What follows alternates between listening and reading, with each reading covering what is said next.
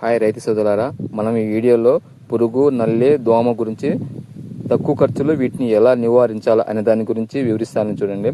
ముందుగా నల్లి అండి.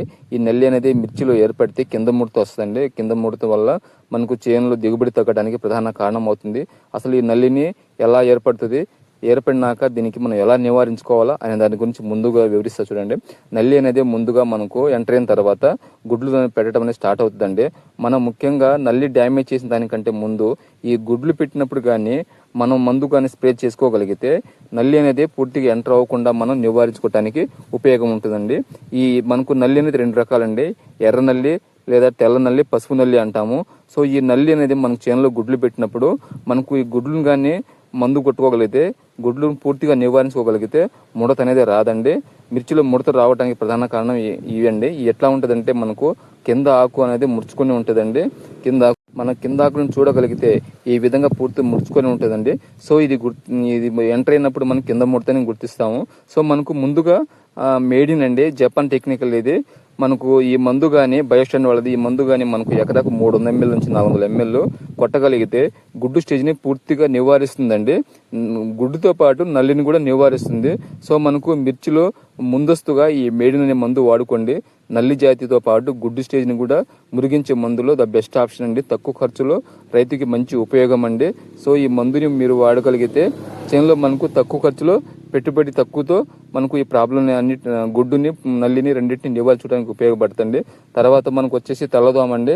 ఈ తెల్లదోమ కూడా మనకు ఆల్రెడీ ఈ తెల్లదోమ గురించి పూర్తి లైఫ్ సైకిల్ లాస్ట్ వీడియోలో చెప్పాము. మీకు ఏదైనా డౌట్ ఉంటే ఆ వీడియో చూడండి. సో మనకు ఈ తెల్లదోమ కూడా అండి ఎంటర్ అయినప్పుడు అంటే తెల్లదోమ నిమ్స్ మీదకే కంట్రోల్ చేసుకోగలిగితే ఈ మనకు మిర్చిలో ప్రాబ్లం లేకుండా ఉంటుంది.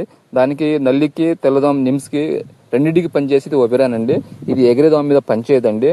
నల్లి ఒక లైఫ్ సైకిల్ని డ్యామేజ్ చేయడానికి మంచి బెస్ట్ ఆప్షన్ అండి ఒబెరాను. ఇది నల్లికి, దోమకి, దాని మీద గుడ్డు మీద, పిల్ల మీద పనిచేస్తుందండి.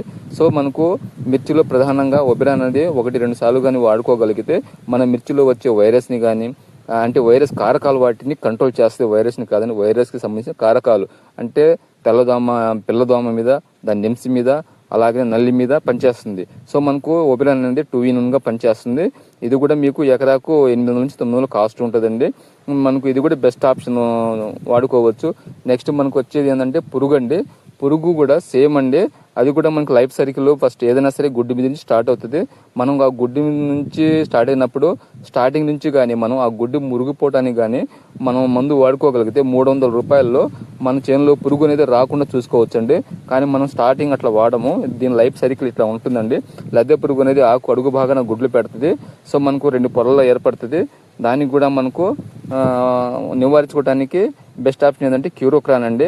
దీంట్లో మనకు పచ్చ రబ్బర్ పురుగు ఉంటుందండి. అవి పెద్ద ప్రాబ్లం కాదు. ఇది పచ్చ రబ్బర్ పురుగు అండి. ఇది పచ్చ పురుగు. ఈ పచ్చ పురుగుకి పెద్ద ప్రాబ్లం ఉండదండి. లద్దె పురుగు, పచ్చ రబ్బర్ పురుగు మేజర్గా 2 ప్రాబ్లమ్స్ మనకు మిర్చిలో ఎక్కువగా ఉంటుందండి. సో మనకు వీటిని నివారించుకోవడానికి సింజింటా వారి క్యూరోక్రాన్ ఉంటుందండి. అది ఎకరాకి 300 ml. ఆ 300 ml కానీ దీన్ని వాడుకోగలిగితే మీకు ఎట్ టైమే ఈ పురుగు అనేది రాకుండా ఉంటుందండి. క్యూరోక్రాన్ అనేది నల్ల జాతి పురుగు పనిచేస్తుంది. సో మనకు ఈ 3 ప్రాబ్లంని ఈ 3 మందులతో సాల్వ్ చేసుకోవచ్చండి. తక్కువ ఖర్చులో రైతుకి మంచి ఆదాయం అండి. సో ఈ 3 అనేది రైతులు తప్పకుండా వాడుకుంటారని ఆశిస్తున్నానండి. మరిన్ని వీడియో కోసం మన ఛానల్ని లైక్ చేయండి, సబ్స్క్రైబ్ చేయండి. Thank you.